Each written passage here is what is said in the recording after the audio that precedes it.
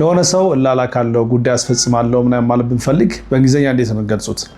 ሰው የውጭ ስራዎችን ሄዳችሁ የሆነ እቃ ማምጣት ወይም የተሰጠን እቃ ወስደን ማድረስ፣ ባንክ ቤት መሄድ ሊሆን ይችላል፣ ሱፐርማርኬት ሄዳችሁ እቃ መገዛዛት፣ እንደዚህ ያሉ የውጭ ስራዎችን የምንገልጽባት ቃል ምንድን ነች? ኤረንድ ነች። ሰው ኤክስፕሬሽኑ run errands ነው። Hey, I have to run some errands today. Hey, I have to run some errands today.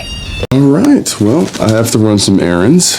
I'm actually running errands with Mike's mom. I'm actually running errands with Mike's mom. ለሌላ ሰው የምንሰራው ደግሞ ሲሆን for ብላችሁ ያን ሰው ማስገባት። ለምሳሌ I run errands for my mother ብትሉ ለእናቴ ላላካለሁ እያላችሁ ነው። ሰው የውጭ ስራዎችን እሰራለሁ እያላችሁ ነው። I was just running errands for my grandma. Just running some errands for my mom.